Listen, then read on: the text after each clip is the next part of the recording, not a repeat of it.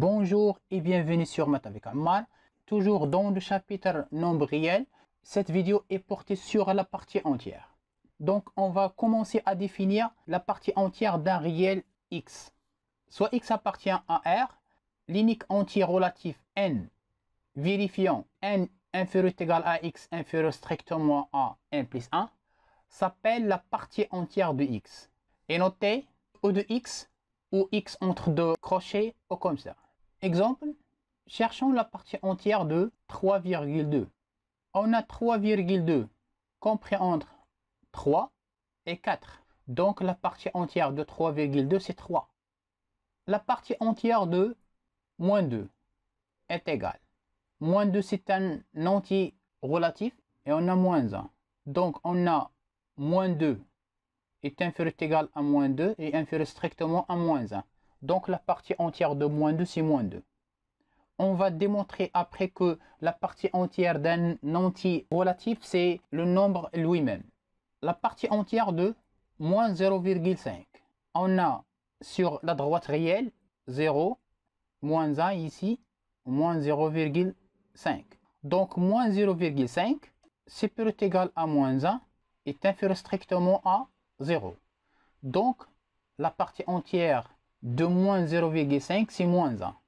Attention, pour les nombres réels positifs, remarquez ici qu'on a la partie entière de 3,2, c'est 3. Mais la partie entière de moins 0,5 n'est pas 0. Attention, c'est moins 1. Donc, pour les nombres négatifs et pour éviter les erreurs, c'est mieux utiliser la droite réelle.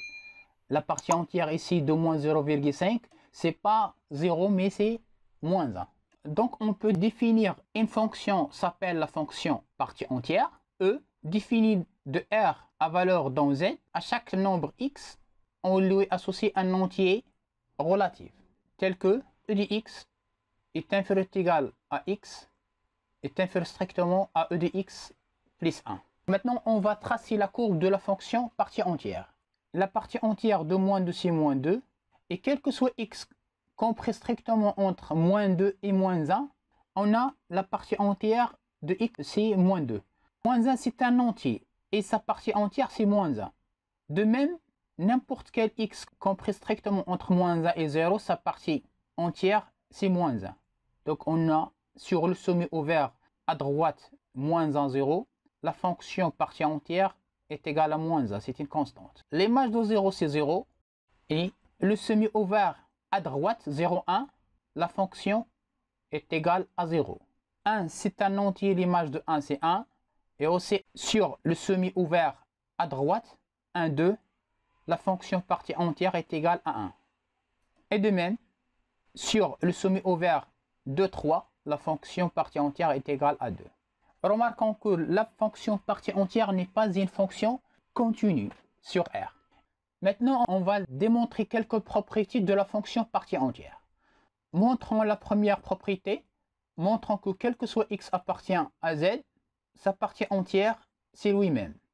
Soit x d'abord appartient à z, on a x et c'est peut être égal à x est inférieur strictement à x plus 1. Et le nombre x appartient à z. Et ça implique que la partie entière de x est égale à x. Puisque la partie entière d'un réel, c'est l'unique entier qui vérifie cette inégalité. La partie entière de x est inférieure à x et inférieure strictement à la partie entière de x plus 1. Donc, la partie entière pour nous, c'est le nombre x, puisque x appartient à z. Deuxième propriété, on va démontrer que quel que soit x appartient à R privé de z, la partie entière de moins x, c'est moins la partie entière de x moins 1.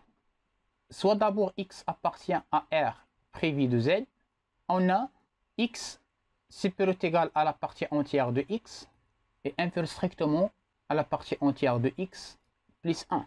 Je vais multiplier par moins 1, ce qui implique que moins x, donc je dois inverser les inégalités, moins la partie entière de x moins 1 et moins e de x.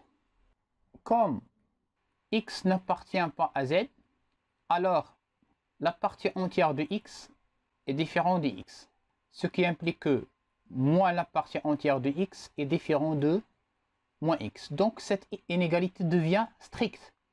Donc, moins la partie entière de x moins 1 est inférieure strictement à moins x, est inférieur strictement à moins la partie entière de x. Et ça implique que moins la partie entière de x moins 1, cette anti-relative est inférieure strictement à moins x, ça implique que cet anti est inférieur ou égal à moins x. L'inégalité stricte implique l'inégalité large. Inférieur strictement à moins la partie entière de x, c'est moins la partie entière de x moins 1 plus 1. Donc ça c'est un anti appartient à z. On va la noter n. Et vous avez n ici. Donc le nombre réel moins x compris entre n et n plus 1. Alors, la partie entière de moins x, c'est l'anti-relatif n. Et ça est égal à moins e de x moins 1. Remarque, attention, la partie entière de moins 3,2, c'est pas moins 3. Mais en appliquant cette égalité, on aura la partie entière de moins 3,2, c'est moins la partie entière de 3,2 moins 1. La partie entière de 3,2 c'est 3. Donc on aura moins 3 moins 1 est égal à moins 4. Montrant que quel que soit x appartient à R, quel que soit k appartient à z, la partie entière de x plus k est égale la partie entière de x plus k. Donc on peut faire sortir l'anti-k. Donc d'abord, soit x appartient à R et k appartient à z. On a x supérieur ou égal à la partie entière de x est inférieur strictement à la partie entière de x plus 1. Je vais ajouter k, donc la partie entière de x plus k est inférieur ou égal à x plus k est inférieur strictement à la partie entière de x plus k plus 1. La partie entière de x plus k, c'est un nombre appartient à z. Donc, le nombre réel x plus k est compris entre l'entier relatif e de x plus k et e de x plus k plus 1. D'après la définition de la partie entière, donc la partie entière du nombre x plus k est égale, c'est la partie entière de x plus k. Quatrième propriété, montrant que quel que soit x appartient à R, la partie entière de x est supérieure strictement à x moins 1 est inférieure ou égale à x. Soit x appartient à R, on a x est supérieur ou égal à la partie entière de x est inférieur strictement à la partie entière de x plus 1. Ce qui implique que la partie entière, donc on va séparer cette inégalité double, est inférieure ou est égal à x et x est inférieur strictement à la partie entière de x plus 1. Ce qui implique que e de x est inférieur ou égal à x. Je vais déplacer le 1 vers le premier membre. X moins 1 est inférieur strictement à e de x. Donc on va regrouper les deux inégalités. Donc on aura e de x est supérieur strictement à x moins 1 est inférieur ou égal à x. Donc on a démontré cette inégalité double. Cinquième propriété, montrant que quel que soit x appartient à R, x moins e de x est supérieur ou égal à 0 est inférieur strictement à 1. Soit x appartient à R, on a la partie entière de x est supérieure strictement à x moins 1 est inférieur ou égal à x, d'après la propriété 4.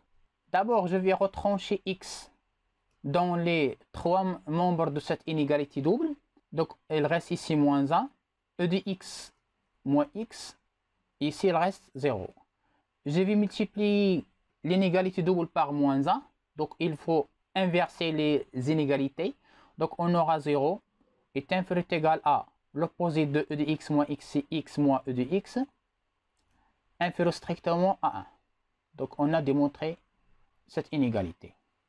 Sixième propriété, il reste à démontrer que la fonction partie entière est croissante, montrant que la fonction e est croissante sur R. Soit deux nombres x, y appartient à R, tel que x est inférieur ou égal à y. Donc il faut montrer que la partie entière de x reste inférieure ou égale à la partie entière de y. On a d'abord la partie entière de x est inférieure ou égale à x. Et x est inférieur ou égal à y. Ce qui implique que la partie entière de x est inférieure ou égale à y. Comme y est inférieur strictement à la partie entière de y plus 1, alors e de x est inférieur ou égal à y est inférieur strictement à e de y plus 1. Donc e de x est inférieur strictement à la partie entière de y plus 1. Or, ça c'est un entier relatif, appartient à z, et aussi la partie entière de y plus 1 appartient aussi à z. Donc, puisqu'on a l'inégalité stricte, donc e de x devient inférieur ou égal à la partie entière de y. L'inégalité stricte devient une inégalité large. Donc on a démontré maintenant que la fonction partie entière est croissante sur R. Puisque j'ai supposé que x est inférieur ou égal à y, et j'ai démontré que la partie entière de x est inférieure ou égale à la partie entière de y. Exercice. Résoudre l'équation suivante dans R. La partie entière de x moins 1 est égale à 3.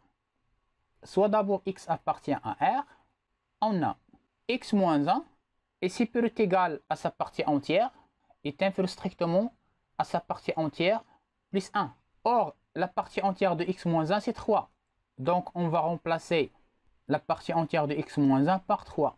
3 est inférieur ou égal à x moins 1 est inférieur strictement à 3 plus 1 c'est 4. Je vais ajouter 1 dans les trois membres. Donc on aura 4 est inférieur ou égal à x est inférieur strictement à 5. Et même on a l'équivalence. Et ça équivalent à dire que x appartient au semi-fermé à gauche 4, 5.